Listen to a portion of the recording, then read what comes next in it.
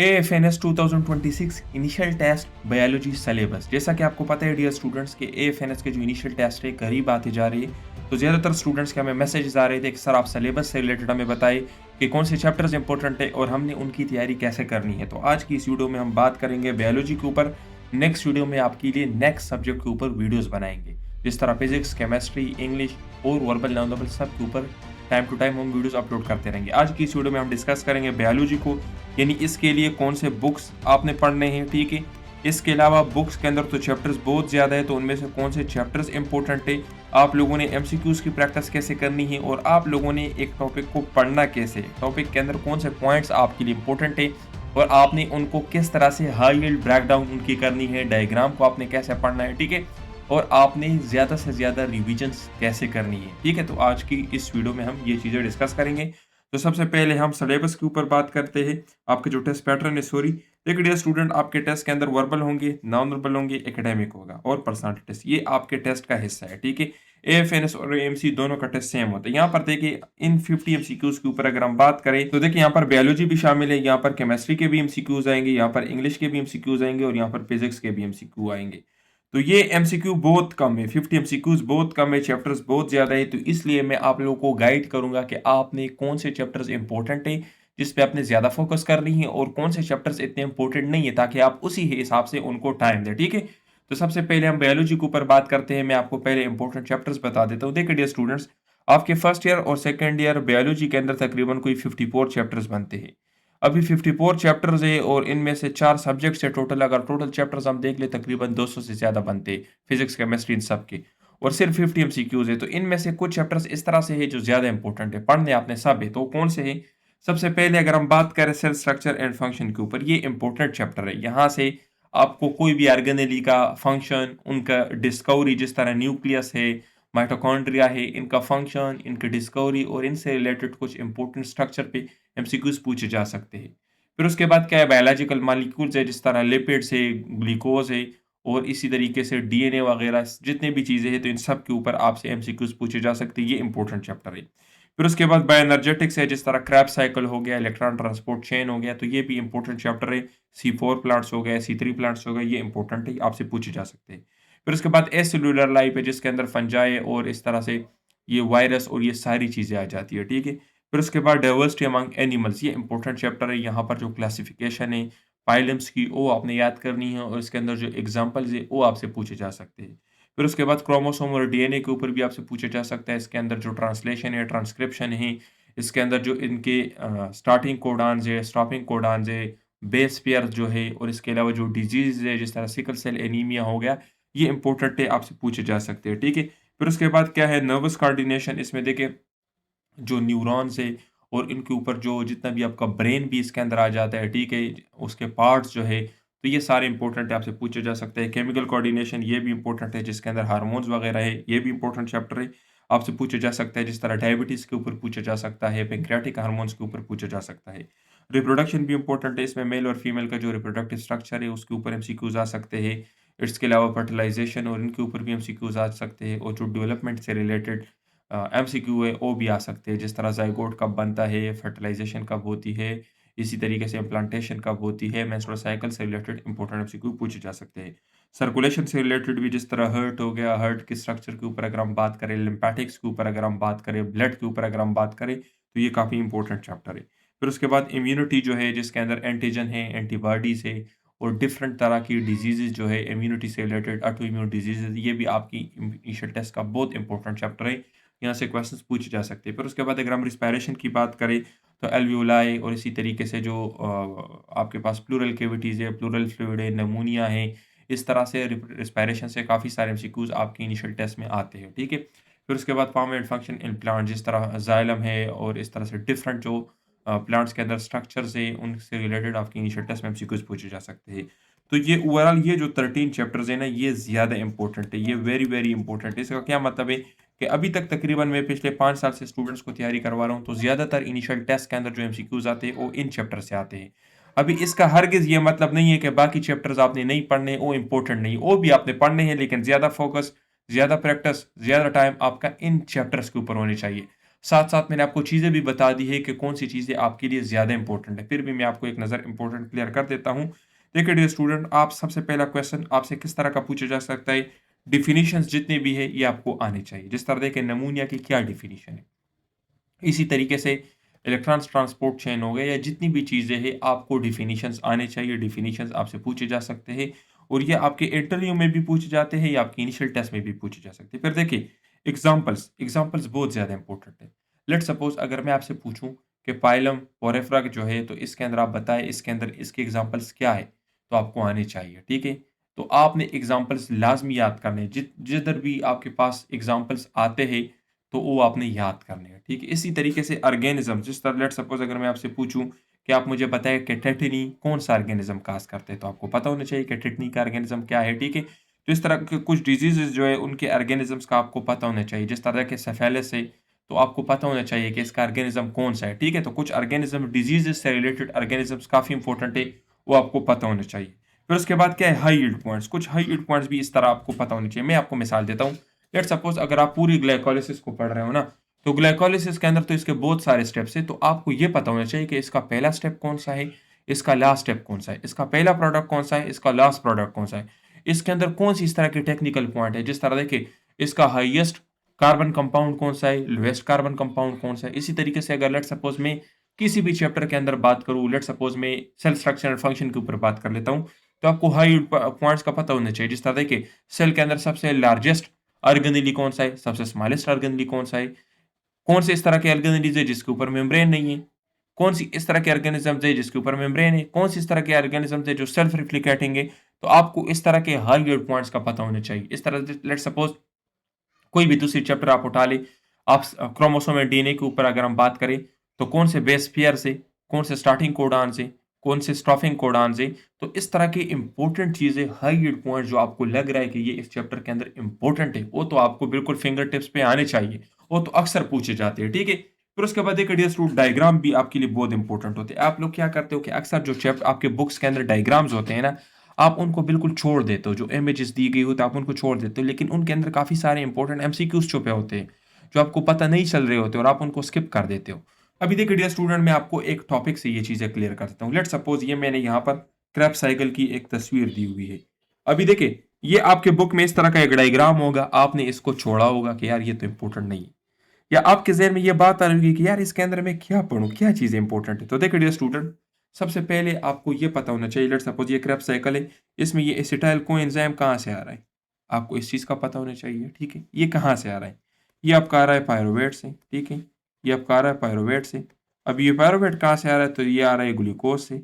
एक ग्लूकोज से कितने पायरुवेट बन रहे हैं, दो पायरुवेट बन रहे हैं, तो दो एसिटाइल कोएंजाइम भी बनेंगे, तो दो क्रेब्स साइकिल भी होंगे। तो पहला पॉइंट कंसेप्चुअल आपको पता होना चाहिए कि एक ग्लूकोज मेरे दो क्रैप साइकिल करेगा। ठीक है, मेरे दो क्रैप साइकिल करेगा। तो देखिए इसको कहते हैं स्टडी। कम चीजें पढ़े, अच्छी तरीके से पढ़े, कॉन्सेप्ट्स क्लियर करे, हाई यील्ड एमसीक्यूज के पॉइंट्स कवर करे। तो ये मेरा पहला पॉइंट हो गया कि एक ग्लूकोज के लिए मेरे दो क्रैप साइकिल होने चाहिए।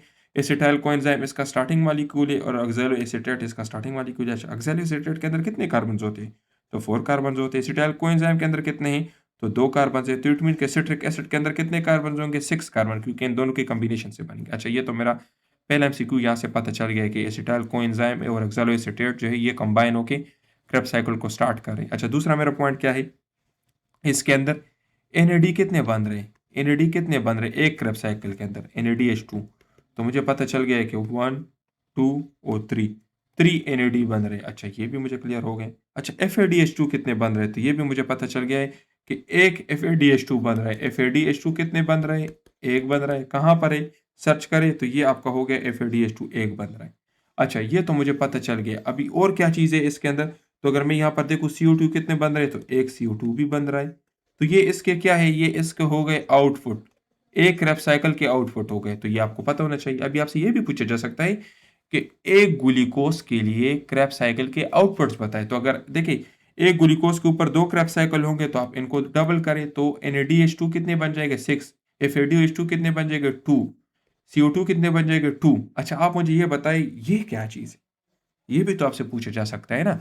आपसे क्वेश्चन किस तरह का पूछा जाएगा कि क्रैब साइकिल के अंदर कितने ATPs बनते हैं, तो फिर आप लोग इसको 100% गलत कर लेते हो, अभी आपको ये नहीं आता होगा। आपको अगर मैं बताऊं कि एटीपी के क्रैब साइकिल के अंदर कितने एटीपीज बनते हैं, तो आपका आंसर होगा कि NADH2 6 बनते हैं, तो इसको 3 से मल्टीप्लाई करो। FADH2 2 बनते हैं, तो इसको 1 से मल्टीप्लाई करो। मैं डायरेक्ट एटीपी की बात करूं, डायरेक्ट एटीपी 1 बन रहा है एक क्रैब साइकिल के अंदर। तो अगर टोटल ग्लूकोज के ऊपर हम बात करेंगे तो कितने एटीपी बनेंगे? 2 एटीपीज बनेंगे। तो यहाँ पर इंपॉर्टेंट क्या है आपके लिए? ये आउटपुट इंपॉर्टेंट है, ये एसिटाइल कोएंजाइम ए इंपॉर्टेंट है। अभी ये नहीं कि बस मैंने ये पढ़ा, सिट्रिक एसिड बना, फिर आइसोसिट्रिक एसिड बना, फिर अल्फा कीटोग्लूटारिक एसिड बना, फिर सक्सिनाइल कोएंजाइम बना, फिर सक्सिनेट बना, फिर फ्यूमेरेट बना। ये भी उन स्टूडेंट्स के लिए जरूरी है जो टॉपर्स है, जो बहुत ज्यादा इंटेलिजेंट है। लेकिन सीक्वेंस याद करना बहुत मुश्किल होता है। आपने काम की चीजें पढ़नी है, और ये आपकी काम की चीजें जो मैंने डिस्कस की। तो कहने का मतलब ये है कि अपना टाइम लगाए उन चीजों के ऊपर जो आपके लिए जरूरी है। अनयूजुअल चीजों को ना करें, अनइंपॉर्टेंट चीजों को ना पढ़े। तो इसलिए डियर स्टूडेंट, आपने स्टडी कैसे करनी है? आपने अपने सेंटर के मुताबिक तैयारी करनी है। आपका जो सेंटर बनता है आपके मार्क्स के हिसाब से, जितने आपके मार्क्स है और जो आपके एड्रेस है उसी के हिसाब से हम अपने स्टूडेंट्स को बता देते हैं कि आपके लिए ये सेंटर बेस्ट है, क्योंकि यहाँ पर मेरिट जरूरी होता है। तो जिस सेंटर में आपके मार्क्स के हिसाब से आपका मेरिट बनने के चांसेस होते हैं, हम आपको उस तरह का सेंटर सेलेक्ट करके देते हैं। उसी सेंटर के हिसाब से आप पास्ट पेपर्स पढ़े कि आपको पता चले कि यहाँ पर क्या इंपॉर्टेंट है। अगर आप हमसे तैयारी करोगे तो आपको हम आपके सेंटर के मुताबिक नोट्स देंगे, उसके अंदर ये सारी चीजें जिस तरह से मैंने बताया है, इस तरह के सारे पॉइंट्स मेंशन होंगे। आपने सिर्फ उनको पढ़ना है, बाकी आपने ना तो बुक पढ़नी है, ना तो आपने कहीं पे अपने लिए लंबी चौड़ी डायग्राम्स देखनी है, ना आपने एमसीक्यूज देखनी है। सारी चीजें हम आपको प्रोवाइड करेंगे, आपने देखनी, बस आंखें बंद करके उनको पढ़े। लेकिन अगर आप खुद तैयारी करते हो तो अपने सेंटर के हिसाब से तैयारी करें। आप पास्ट पेपर्स देखें कि आपके सेंटर के अंदर। सो देखिए डियर स्टूडेंट्स, आप लोगों ने अभी से अपनी तैयारी स्टार्ट करनी है, क्योंकि फिर बाद में आपके पास इतना टाइम नहीं होगा। इनिशियल टेस्ट करीब आते जा रहे, तो अभी से अपनी तैयारी स्टार्ट करें। अभी से आप अपनी तैयारी करोगे तो टेस्ट तक आपकी बेहतरीन तैयारी हो जाएगी। इसके अलावा देखिए डियर स्टूडेंट, स्मार्ट स्टडी जो है वो हार्ड स्टडी से ज्यादा बेहतर है। एक स्टूडेंट जो है तो बायोलॉजी के 54 चैप्टर्स पढ़ेगा बुक से, और दूसरा स्टूडेंट सिर्फ इन 13 चैप्टर्स को पढ़ेगा अच्छी तरीके से, और चौथा स्टूडेंट हमारे नोट्स को पढ़ेगा। तो सबसे ज्यादा इंटेलिजेंट कौन है? मेरे ख्याल में ये है। क्यों? क्योंकि हम उसको उसके सेंटर के मुताबिक नोट्स प्रोवाइड करेंगे। ये वाला स्टूडेंट जो है ये तो बिल्कुल गार है, क्योंकि ये इतने ज्यादा चैप्टर्स पढ़ेगा कि बाद में इसको कुछ भी नहीं आएगा। ये 13 चैप्टर्स वाले बाकी चैप्टर्स छोड़ देगा, तो अगर इन इंपॉर्टेंट चैप्टर से हट के कोई एमसीक्यू है तो गलत कर लेगा। और अगर ये इन 13 चैप्टर्स में इसको पता नहीं होगा कि मैंने पढ़ना क्या है, कौन सी चीज इंपॉर्टेंट है, कौन सी लाइन इंपॉर्टेंट है, कौन सी डायग्राम इंपॉर्टेंट है, और इस वाले स्टूडेंट को सारी चीजें मिल जाएंगी। ठीक है। बाकी उसके बाद एक डियर स्टूडेंट, मल्टीपल रिवीजन। आपने कम चीजों को ज्यादा पढ़ना है। अगर आप ये वाला उठाए तो 54 चैप्टर्स को बंदा एक भी मर्तबा नहीं पढ़ सकता, लेकिन अगर मैं कम से कम चीजें आपको प्रोवाइड कर दूं, आप तो उनको बार बार रिपीट करोगे, बार बार रिवाइज करोगे, तो आपको याद रहेगी। ठीक है। इसी तरीके से आपने ज्यादा से ज्यादा एमसीक्यू के ऊपर प्रैक्टिस करनी है। तो ये सारी चीजें हम आपको प्रोवाइड करेंगे। अगर आप हमारे कोर्सेज को बाय करना चाहते हो तो ये हमारा कॉन्टैक्ट नंबर है।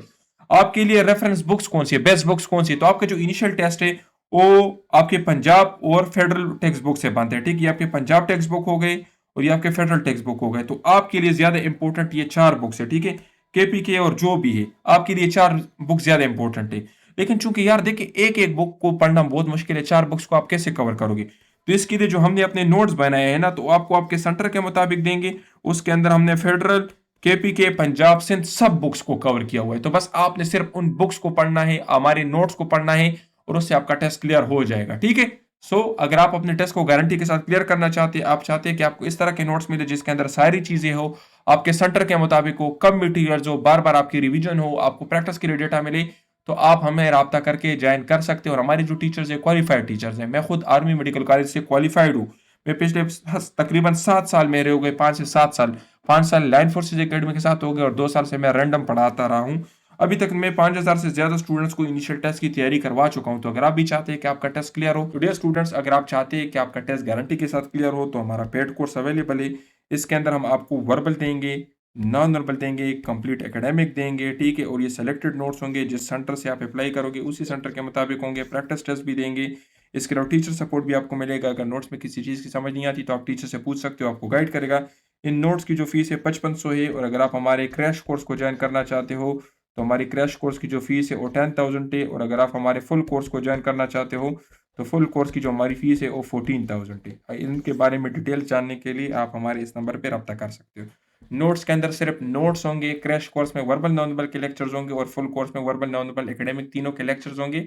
प्लस नोट्स इन दोनों के अंदर आपको मिलेंगे। ठीक है, प्रैक्टिस टेस्ट ये सारे ये हमारे पिछले कोर्स के वो स्टूडेंट्स हैं जिन्होंने अपनी इनिशियल टेस्ट क्लियर किए हैं। आप इनके ये कमेंट्स चेक कर सकते हैं, इनके ये रिव्यूज़ देख सकते हैं।